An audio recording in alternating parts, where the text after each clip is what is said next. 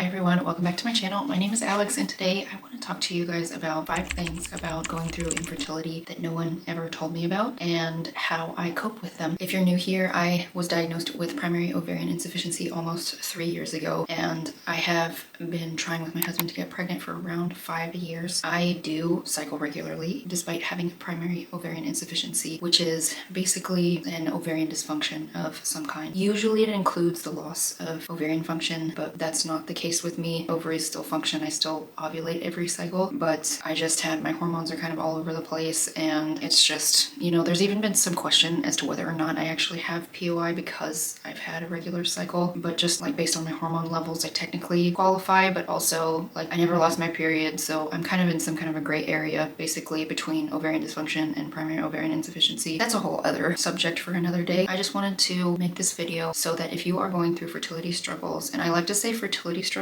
I don't like to call it infertility because infertile sounds like you're sterile, and that's not the case for me, and I know that's not the case for a lot of women who fit into the infertility diagnosis, so I like to call it fertility struggles. It feels more hopeful. It feels like it's not the end, Anyway, if you are going through fertility struggles, I just wanted you to feel less alone, and maybe this video will be validating for you, and then I also just want to share like my coping mechanisms, like how I'm dealing with these things, and so maybe that can help you too. So while I am doing this, I'm going to be getting ready. I'm just going to be doing my makeup, and I'll share with you guys the products that I'm using. I use everything non-toxic, safe for trying to conceive, and I am very, very picky about the chemicals and things that I use on my face, so I check everything on EWG and Think Dirty, and I'm very careful. This is the first thing I'm using. This is Bioma Moisturizing Gel Cream. It's triceramide, complex niacinamide, and green tea. This is like a good light moisturizer for the day. That's what I'm starting with. So the first thing that infertility does is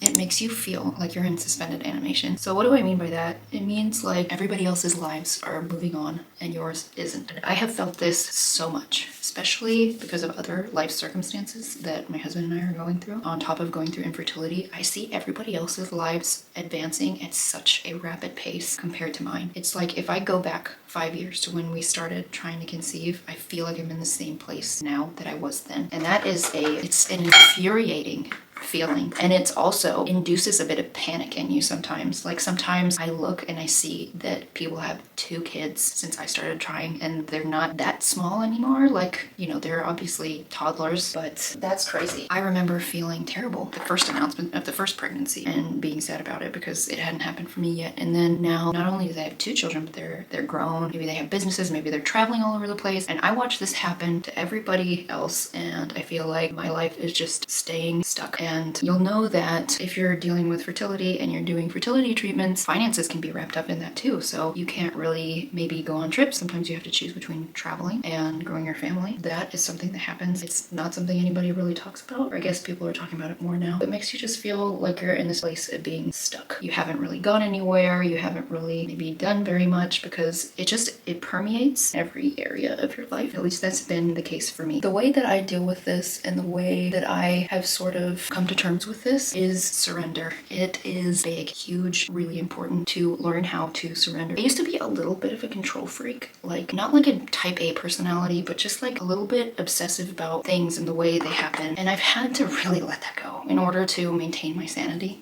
going through this. So quick second, this is what I was using. This is what the foundation by Jones Road. This is non-toxic. It's really nice. It does have to be set with powder though, otherwise it just kind of stays wet on your face. So that's the only thing that I don't like. If you use a powder, then it's all fine, and it's a really good foundation. It's light coverage, and if you use powder to set it, you can build a little bit. But I just do like 1 layer and then set it, and then use my other product that I'll show you guys right now. This is the Honest Beauty setting powder. Okay, so back to surrender. Just learning how to just let go and know that I cannot control anything. What I can control is the way I react to life. And coming up with a backup plan. If worst comes to worst, for my particular situation, I am okay with using donor eggs. And that kind of assures me that down the road, it's more likely that I will have children. Nobody can guarantee you a baby in life, but that it is the decision that my husband and I have come to. So we have a backup plan, and that helps to take the pressure off of things a lot. Having a backup plan and choosing to surrender and know that the universe has your best interest at heart. I don't know what your personal beliefs are. I have found that having some kind of a belief system has really helped me. I know that's not for everyone, and I don't expect everyone to do that because some people are atheists, and that is fine. But for me, having some kind of a faith of some kind has really helped to like soften the blow and to make me feel like I'm not going through this for nothing. Someday I'll look back and it'll all make sense. Hopefully.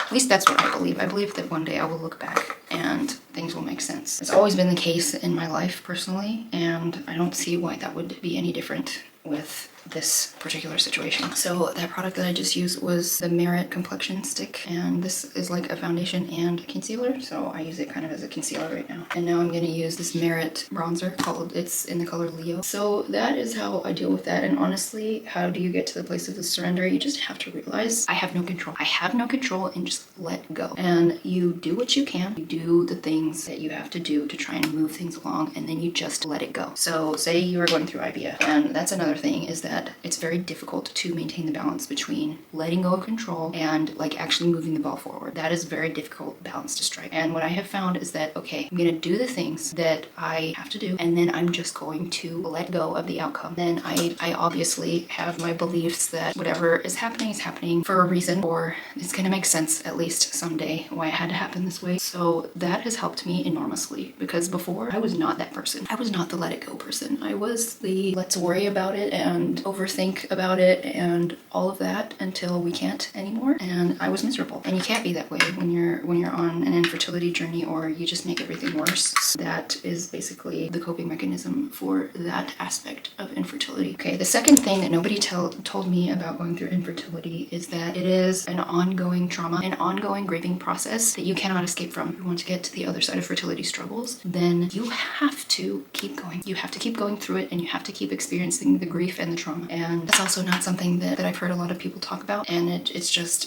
what it is. I mean, you constantly feel like you are grieving someone you've never met because you already love them somehow, your child, and you've never met them, and you're grieving them every day, and it's really tough. So the way that I have dealt with this, and this has not been easy, because ongoing trauma, especially with POI, like there's a lot of medical trauma that happens, especially if you have like a really devastating diagnosis on top of infertility. Like infertility is already a devastating diagnosis, but if you have something else that's on top of that, that's even worse. That's really, really tough. And the kind of ongoing like medical trauma that you get from that is just so hard. And like opening blood test results or opening results from ultrasounds, things like that can be so difficult.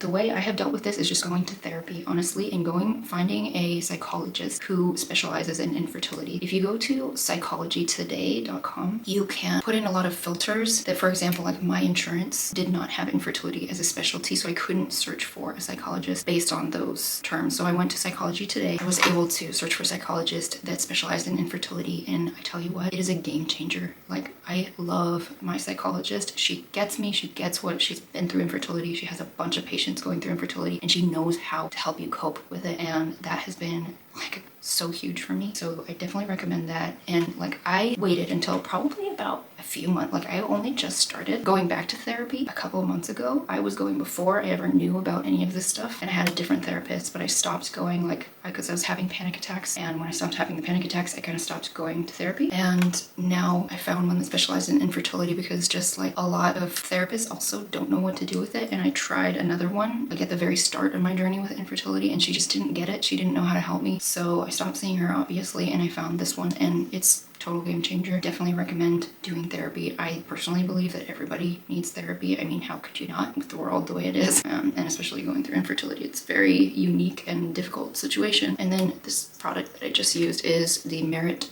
Blush Balm in Cheeky. So the third thing that nobody told me about going through infertility is how it would change my relationships in my life. Unless someone has been through infertility, they don't understand it. And I had personally lost friends over going through this because they just could not relate to me, and they couldn't extend me the grace that I needed going through this. They just didn't get it, and they could not empathize with what I was going through. So I just had to cut ties with them, unfortunately. But I am much happier now that I have. Going through fertility struggles, sorry if I've called it infertility a few times, going through fertility struggles really lowers your tolerance for bullshit. It's just the truth. And you stand up for yourself way more. I personally I stand up for myself so much more than I used to. It just puts pressure on your relationships, like especially if you have, I personally don't have very many friends who've had children. And if I do, they're like friends I don't talk to anymore. They're friends from childhood that I just like I'm not in touch with anymore. But like all of my close friends, none of them have had children. So I don't really know what that's like, having to get invited to baby showers and stuff like that. I'm sure it's really, really tough. But I'm not the person to talk about that because I have not had that in my experience yet. So, but as far as just women not being able to relate to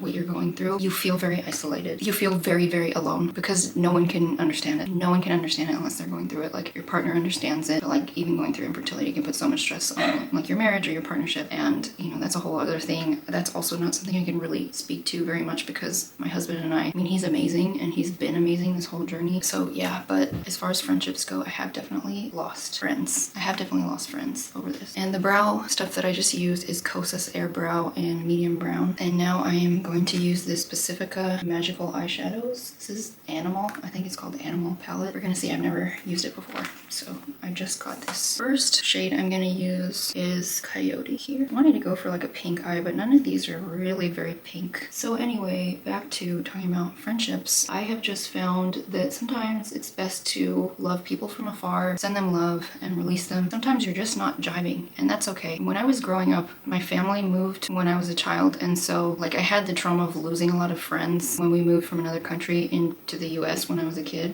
When I was a kid, I lived in Hong Kong, and I lost all my friends in Hong Kong, and I was devastated about that. It made me learn how to be okay on my own. Plus I'm an only child, so I didn't really have anybody to share that trauma with or talk to about it. So I just had to learn how to be okay on my own, basically. That was tough, but I am grateful for what it's given me. I mean, losing my friend who I've lost, I still love her and I always will. I just didn't appreciate the way that she was treating me. She couldn't understand, and I couldn't deal with the drama that it was causing in my life because again, one of the things that fertility struggles do is it makes your tolerance for drama like nothing, because you're already dealing with this ocean, this just inconceivable amount, overwhelming amount of, and so you just don't have the space or the capacity for anything else or for drama, you know? And so that's just what I had to do. And maybe that's not like what everyone would do, and that's okay. But that is just personally, that's what's worked for me, and I have built other friendships that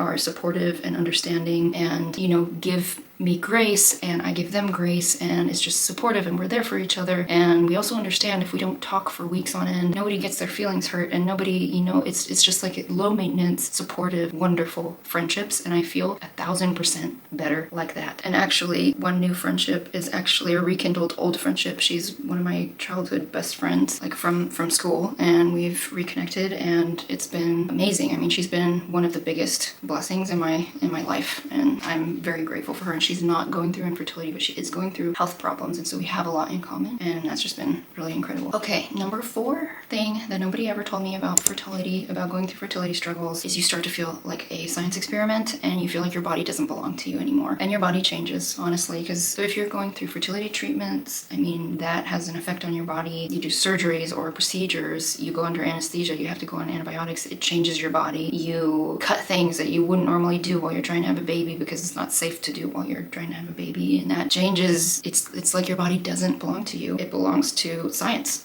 Basically, your body belongs to science, and you can't just do whatever you want with your body, and it's so frustrating. Like, my body has changed so much since I was diagnosed with POI. So much. It has been awful. It's been really awful. And like, I know people out there will say, you're thin, you look great, whatever. I know my body, and my body has changed so much. It is not the same as it was. Like, I just don't feel at home in my body anymore, and struggling with body image has been massive. It's been a really massive thing. I mean, it's definitely secondary. It takes a back seat to everything else that's way more important, and I have been trying to come to terms with my body and just being grateful for what my body can do, and know that bodies are meant to change. And it's just so crazy. Like, nobody tells you in your 20s how much your body is going to change, and it's going to be totally out of your control. Like, things that you can get away with in your 20s, and like when you're not going through like fertility struggles or health issues, it's like things are so different. It is so different. And then when you start to deal with hormonal issues, fertility treatments, things like that, it's like I work out, I eat healthier than I've ever eaten in my entire life, and doesn't really make a difference. So because of the hormonal issues, it's like hormones control so much, it's insane. I have a way higher percentage of fat on my body than I've ever had before. I have a lot more cellulite than I ever had, and just like stuff like this, and you just have to accept it. Again, like the key thing here is just surrender and just letting things go. That's probably the biggest theme going through fertility struggles, is just surrender. So I have just had to come to terms with that. This is what my eye makeup is looking like. I don't know if you guys can even see with the lights. It's like really bright, but it's kind of like a soft pink. It's better than I thought it was gonna be, so that's good. Now I'm gonna go for a little lining effect. So I'm gonna go with the Bare. It's just like a flat brown color, and then I'm just gonna line my eye a little bit. The last thing that nobody ever told me about dealing with fertility struggles is how much it changes your identity. I was having therapy yesterday, and I was telling my therapist how I'm so tired of waking up and fertility being one of my first thoughts and going to sleep, and it's one of my last thoughts before I go to sleep. I'm so tired of that. It's like it's taken over my whole life. Fertility permeates every single aspect of your life, and that's not something I ever knew before having to go through it. I mean, and I am someone who is already kind of been diagnosed with OCD in the past. It's a different kind. It's like an atypical kind of OCD, but essentially my brain obsesses about things, and so this has been really tough for me because I'm constantly in problem solving mode. Like I'm constantly in problem solving mode, and that is exhausting. Like I have to sometimes force my brain to turn off, and I do that with reading books, with meditation, with like going to the beach, swimming, doing exercise, things like that help me to force my brain out of problem solving mode and allow me to focus on other things. That's been really exhausting, and just it has taken over. It's taken over my identity. That's pretty much the truth of it. I mean, look at me. I've made a whole YouTube channel all about this. My Instagram is all about this. Like this is my whole life. This is what I do now. And yes, I have a job outside of this. This isn't like basically my identity right now, and that's exhausting, but you know what, it's also not going to be forever, and I realize that this is not going to be forever. This is how it is right now, and again, letting that go, and again finding different activities that force my brain into a more relaxed state, not trying to constantly solve the problem. And that is basically how I deal with that. So now I am using this Pacifica Dream Big mascara. This is the first time I'm using this, so let's see how it works. So far I like this stuff. Yeah, it's good. Okay, I like it. It's nice. It's not like chunky. I like it to look a little more natural, so this is good. Now I'm gonna use this Mineral Fusion lip pencil in the color Elegant. I need to sharpen it. Can't find my sharpener, so I'm just gonna have to make do with the way it is. And now I'm using this Sephora lipstick in shade 3. And that is the finished makeup look. I'm gonna keep my hair natural because I'm trying to embrace my natural hair texture, and it's just too much work too, and I don't want to sweat my ass off in the summer either using hot hair tools. I'm just drinking this Halfway iced tea. The chocolate one is so good. It's not perfect, the ingredients, but they're okay.